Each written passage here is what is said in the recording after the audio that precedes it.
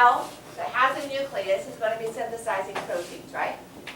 So red blood cells used to have one but don't anymore, so they're not involved in this MHC1 component, which is why we only have to worry about the ABD antigens when we're talking about transfusions. This is what's going to affect transplanting kidneys and lungs and so on. All right. So we have a protein that the cell makes. Now it might make it because it's a normal cell protein utilized by that cell. It might synthesize it because the virus has taken over the transcription process. But it's still synthesizing it because it's going to make a messenger RNA for that viral protein, just like we would make a normal protein. So it seems as if it's an endogenous component. And it might be a cancer cell because of the mutated DNA. It makes a different protein than that cell would normally make under normal circumstances, but it's still being synthesized by that cell. All right? So because it's being synthesized by the ribosomes and ribosomal ER, it is found within the endoplasmic reticulum. And there are also channels by which it can enter the endoplasmic reticulum. Within that, it's going to attach to an MHC class 1 molecule. This is indicating the channel. You don't have to worry about the tap. I don't go into that level of detail. And it will be attached to an MHC class 1 molecule. This will form a vesicle that then fuses with the surface. All right? So we have, for our MHC 1, we have a cell with the nucleus and endoplasmic proteins, other endoplasmic channels, thank you, cisternae. And on the cisternae side of this RER, we would have the MHC1 complex facing, that's cisternal side. So proteins that are synthesized by the cell, or occasionally proteins that pass through a channel and enter this, can bind to the MHC1. This would then bud off, approach the surface plasma membrane,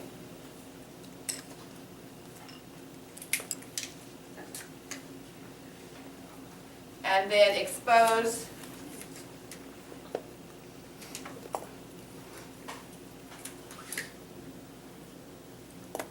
this endogenous peptide as an antigen on the surface. Okay? Again, endogenous.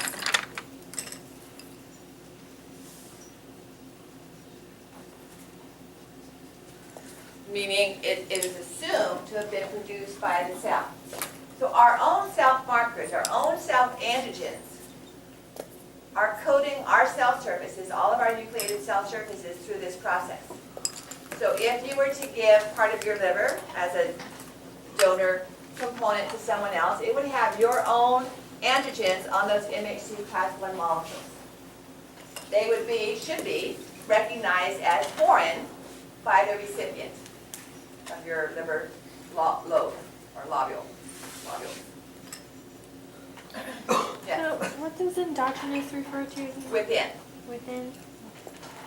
So it's within the REF-ER? Or?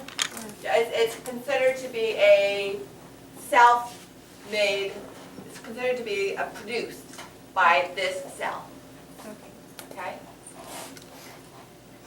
So it's not some foreign entity that's come into the body. It's considered to be produced by this cell. It may still be unnatural or foreign if, and so we commonly see responses to endogenous peptides by T killer cells. So T killer cells are going to respond to MHC, the class 1 molecules. That's what they are sensitized to in the thymus. And we don't want them to respond to self-antigens, so we don't want them responding to our own body's antigens. So what they respond to, if in a healthy human, would be a viral infected cell, where those endogenous peptides are due to the hijacking of the cell's protein synthesis by the virus. A tumor cell, where DNA has mutated, thus is synthesizing proteins that were not present on cells introduced to the T killer cell in the thymus when it was maturing, or to transplanted tissue.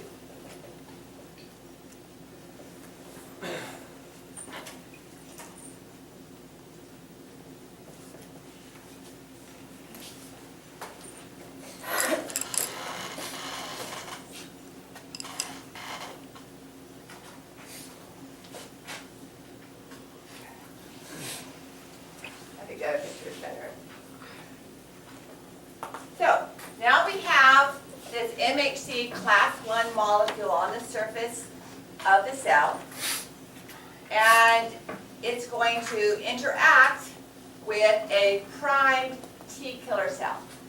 I'm skipping the T helper cell activation step, all right? We're going to, for this purpose, assume that that's already happened.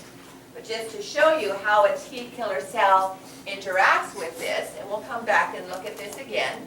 Here is our viral infected cell.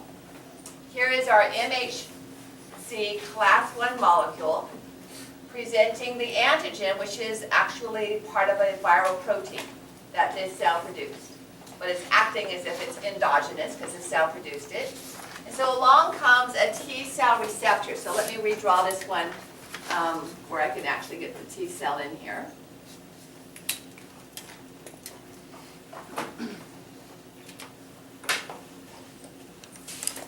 So here comes an activated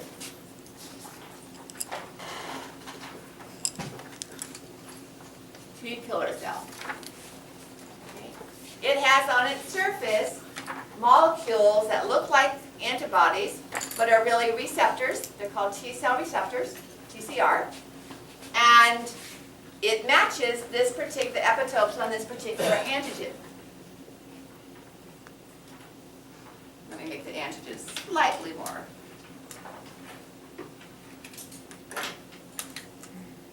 So that's a specific interaction. Okay? The recognition of that surface molecule is a specific component.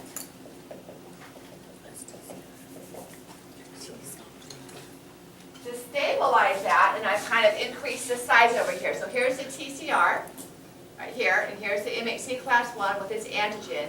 To stabilize that, the T cell incorporates another protein. Remember, these are fluid within the plasma membrane. They can migrate around. So another protein becomes involved to stabilize this interaction, known as a CD8 molecule. The CD8 interaction, I don't want you, it goes that way. The CD8 interaction is always going to be associated with T killer cells, all right?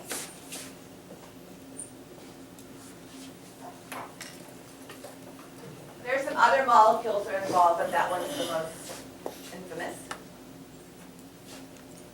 And once this complex is formed, the T killer cell has to be active already, then it will directly target the infected cell or the transplanted cell by releasing chemicals that cause the cell to rupture and die. So there's a cell-to-cell, direct cell-to-cell related activity. All right. So this is, when I first started talking about the immune system, this is like going into hand-to-hand combat, right? Knives and fists instead of even guns and bullets. Whereas the B cells, sending out their antibodies, are more like surface-to-air missiles. Okay, they're on ships, way out to sea. They don't have to be there directly involved with the pathogen that they're attacking. So this is the usage of the MHC1 if it does not match.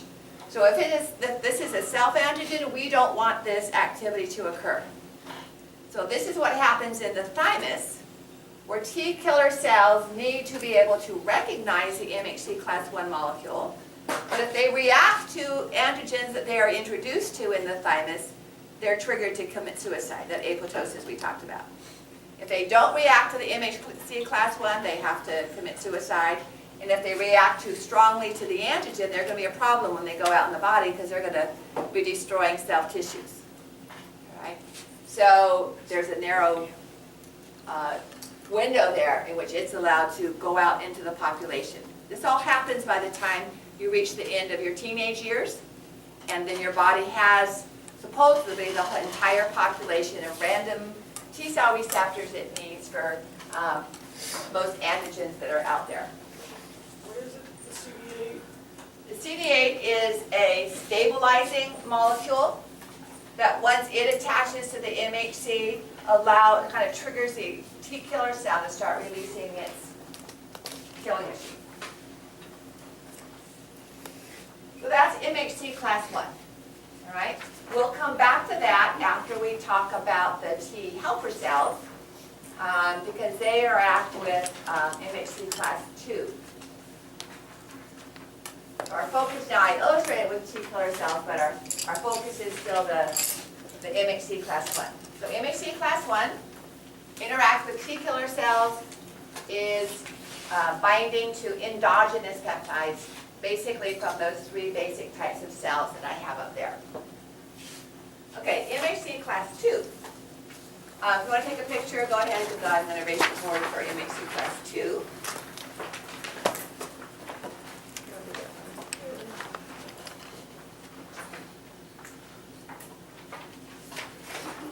One thing I didn't really spend a lot of time on, but let me mention it here in case it causes a problem later on.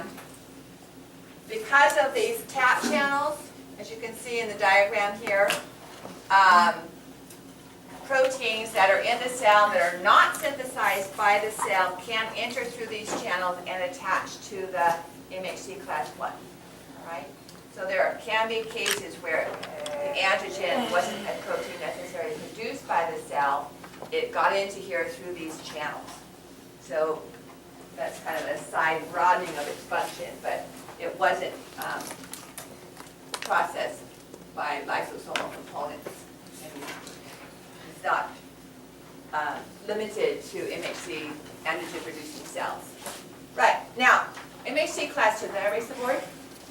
MHC class II, remember MHC class I was found on all nucleated cells for the purpose of presenting the self-antigens of that cell. The purpose is not to activate T killer cells, all right, so much as it is to identify your cells as self and to not have them be destroyed by T killer cells. The MHC class II cells are found, receptors rather, molecules, are found only on our antigen-presenting cells. So B lymphocytes will have them, macrophages will have them, dendritic cells will have them. Not all phagocytic cells. Neutrophils are not considered, they're phagocytic, but they're not considered to be APCs. Okay? So neutrophils would have the MHC class I molecules because they're a nucleated cell, but they're not going to have the MHC class II. A macrophage would have both. So macrophage would have MHC class I because it's a nucleated cell, and it would have MHC class II because it's an antigen-presenting cell. Okay. So MHC class II is associated with exogenous peptides.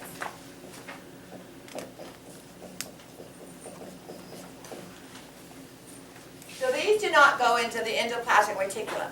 Their MHC class I molecules will be made through that process, but then are pinched off into forming small secretory vesicles.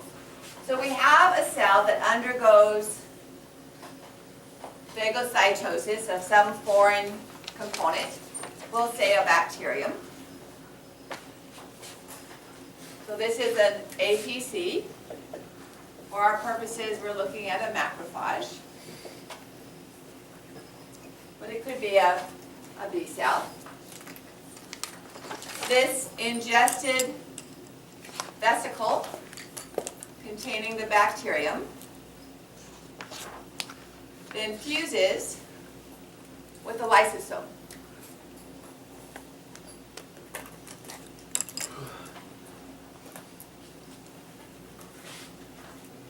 So it's the contents that are going to be attached to the APC are not free in the cytoplasm. The lysosomal enzymes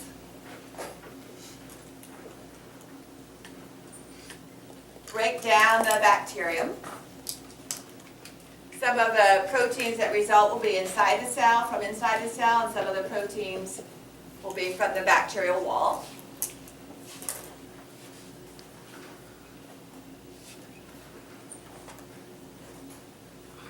And then another vesicle containing the MHC class 2 protein from the Golgi will join, and these bits and pieces, not all of them, but some of them, will bind to the MHC class 2 molecule. That will migrate to the outer plasma membrane.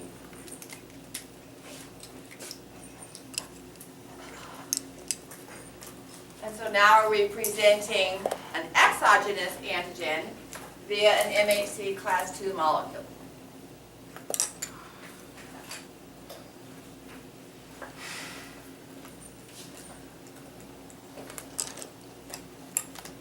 So both MHC class 1 and MHC class 2s are going to be presenting antigenic molecules on the surface of the cell.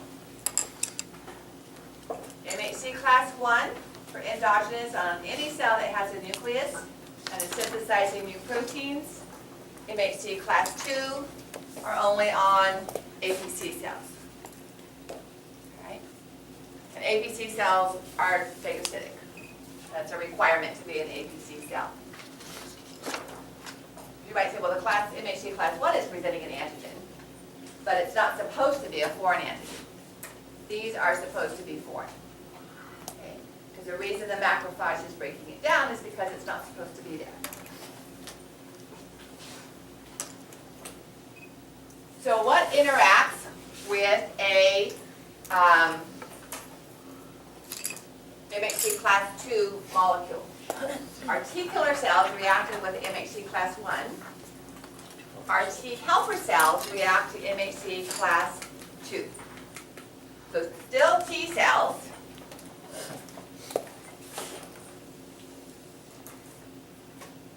And this is still a TCR, but it's a T helper cell. TCR, remember? Let me put that up here.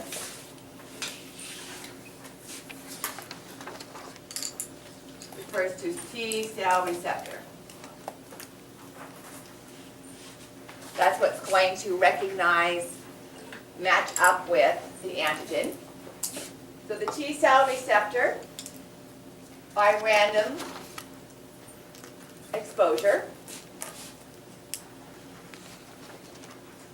will bump into, probably somewhere in diffuse lymphatic tissue, or a lymph follicle, or a lymph node, or the spleen, any of those areas we talked about that have lymphocytes.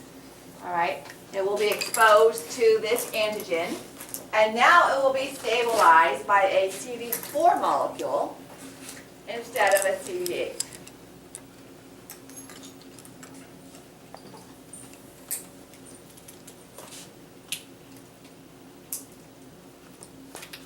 So CD4, T helper cells are associated with CD4. They're associated with MHC class 2 and antigen-presenting cells. Is what they're going to interact with. Whereas T killer cells were CD8, MHC class 1, and in transplant tissue, viruses, and tumor cells. All right, now this interaction, as we're going to go into further, is going to result in activation of the T helper cell. So it's going to separate from this interaction and clone itself and make thousands of T helper cells that can go on to activate T killer and B lymphocytes. Okay? So this is actually the first step in either the T killer activation or the B lymphocyte activation.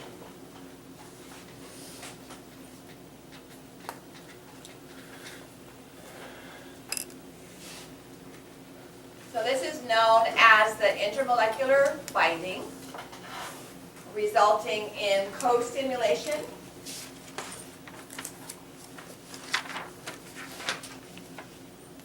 So there will be, in addition to this, there will be chemicals that are released by other cells to help to activate that.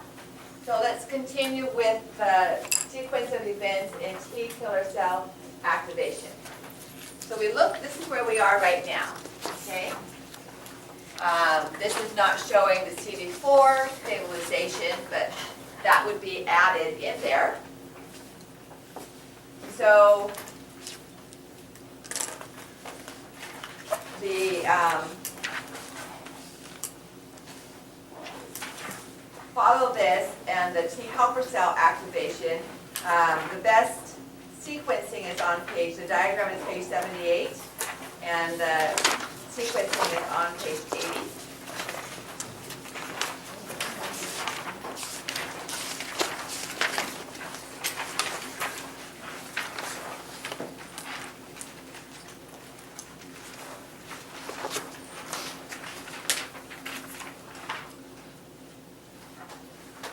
All right, so once this interaction occurs and we have the stabilization with the CD4, the macrophage is going to release chemicals. Again, a form of cytokine. So these are going to release chemicals that bind to receptors on the T helper cell. And these chemicals are known as interleukin 1. So they come from the macrophage and bind to the T helper cell. Interleukin means between white cells, so macrophages are white cells, remember they came from monocytes, and our T helper cells are lymphocytes, okay? So between these two white types of blood cells, we have the release of a cytokine known as interleukin 1. That activates the T helper cell. It is now going to be capable of releasing interleukin 2.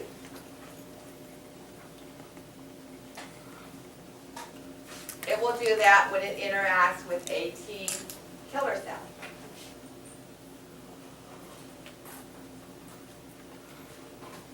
So this process that we're going to review is known as cell-mediated immunity. So you can turn back to page 74. Remember I said how close the T killer cells get to the MHC class 1 molecule? That's what we mean by cell-mediated, cell-to-cell contact. All right? It involves cytotoxic or T killer cells, and the CD8 molecule. Those are the actual cells that do the damage. We have to have the T helper cells or the T killer cells don't become active. When we activate the T killer cells, some of them will be cloned and we'll have thousands of T killer cells out there. Some of them will remain as memory cells.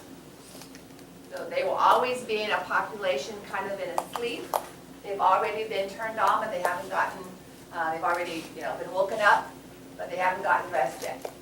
Okay, they're not out the door, but they're eating breakfast.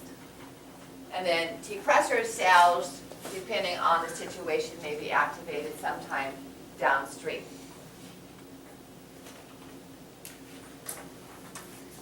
So remember, T cells migrate to the thymus for maturation. This is that, we looked at this on Tuesday. We talked about what happens to T cells in the thymus. So if they are T killer cells, we want them to recognize an MHC1 complex. If they don't, they're of absolutely no use to the body. So if they don't recognize an MHC1 complex, they have to undergo apoptosis. If, once that occurs, they migrate to a different part of the thymus and they get exposed, they move deeper into the medulla. This starts out in the cortex. They move deeper into the medulla where there's more access to blood passing through the thymus, and they're exposed to a variety of MHC class 1 molecules that have self-antigens on them. And we don't want them to react to our self-antigens. So if they react strongly to that, then they have to leave. Okay? They go to T-cell cemeteries, be broken down and reabsorbed by the body. So the population then that leaves will recognize MHC class 1, but not react to the self-antigens. And the T helper cells would be reacting to MHC class 2. And this is just for free. It's showing, remember I said it goes from as far as, I want you to know that they start the process in the cortex of the thymus, that's the darker purple area, and they migrate down to the medulla as they undergo these various steps, and then finally are taken up by the blood and leave the thymus. All right, so these are the steps that you have on page 76. Well, actually, we just looked at page 80. So the first step is in the activation of the helper cell. So as you can see on the board, we have a macrophage processing an antigen. On our story, I had bacteria, but on the board it says virus. And it's now an antigen-presenting cell, obviously, so it's now presenting it on its surface via an MHC class 2 molecule. So this step is all of this. Okay. Presenting on its surface. Then it comes in contact with the T helper cell, matches to the T cell receptor, the TCR, is stabilized by the CD4 molecule, and the macrophage releases interleukin 1. Before we move on, and I forget, the CD4 molecule somehow is been found to be the pathway by which the HIV virus enters T helper cells. So there are certain cells in the placenta that demonstrate a similar molecule, and the HIV virus takes advantage of that to cross the placenta. But it's that CD4 molecule that is useful to the virus. So just another image here. If it doesn't help, don't look at it, because I know sometimes too many images can be distracting, but sometimes just the right image helps to explain. Okay, so you can go back and look at them, but it's just the same process of going on. So here we have our helper T cell recognizing the process and being activated, and then now that it's active, it can secrete its own chemical. So it can move on either to the T killer cell or to the B lymphocyte to activate it. So today we're focusing on T cells. So again, this is where we are right here. The helper T cell is now immunocompetent. It's been activated by interleukin 1. It separates from the macrophage and undergoes mitosis, clones itself. So now we have hundreds, if not thousands, of active T helper cells that can spread throughout the body, not just localized to that one lymph node or that one lymphatic follicle. Again, it can be B cells or T cells that it interacts with. So here's what we saw up here. All right. In addition to the CD4 molecule, a couple of other molecules can be utilized, the B7 and the CD28. I put that up there just in case you talked about it in micro, but I just emphasized the CD4. Okay. So you might get a question like that on a quiz, so I mentioned it here. I don't ask it on the exams though. All right. So those are just another co-stimulation of surface molecules. So we have our active T helper cell. and it's been verified and stabilized, and the T helper cell is active. And so now it's going to proliferate, as we saw in the previous slide, and we've got all of these T helper cells out there. And now it's going to look for a T killer cell. Well, not actively look. It's going to randomly come in contact with the T killer cell. So I've got to make room. Can I erase these red words over here?